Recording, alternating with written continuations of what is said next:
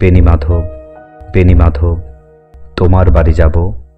বেণী মাধব, তুমি কি আর আমার কথা ভাবো? বেণী মাধব, মোহন বাঁশি তমাল তরুতলে বাজিয়েছিলে। আমি তখন মালতী স্কুলে ডেস্কে বসে অঙ্ক করি, ছোট্ট ক্লাস ঘর, বাইরে দিদিমণির পাশে দিদিমণির বর। আমি তখন নবম শ্রেণী, আমি তখন শাড়ি। আলাপ হলো বেণী মাধব সুলেখাদের বাড়ি। বেণী মাধব, বেণী মাধব, লেখাপড়ায় ভালো, শহর থেকে বেড়াতে এলে আমার রং কালো। তোমায় দেখে এক দৌড়ে পালিয়ে গেছি ঘরে।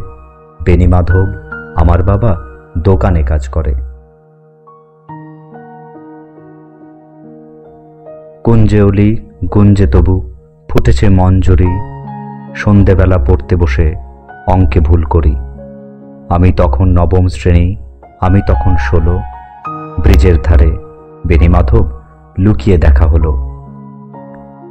বেণী মাধব, বেণী মাধব, এতদিনের পরে সত্যি বলো, সেসব কথা এখনো মনে পড়ে? সেসব কথা বলেছ তুমি তোমার প্রেমিকাকে? আমি কেবল একটি দিন তোমার পাশে তাকে দেখেছিলাম আলোর নিচে, অপূর্ব সে আলো। স্বীকার করি দুজনকেই মানিয়েছিল ভালো। জুড়িয়ে দিল চোখ আমার, পুড়িয়ে দিল চোখ। বাড়িতে এসে বলেছিলাম ওদের ভালো হোক।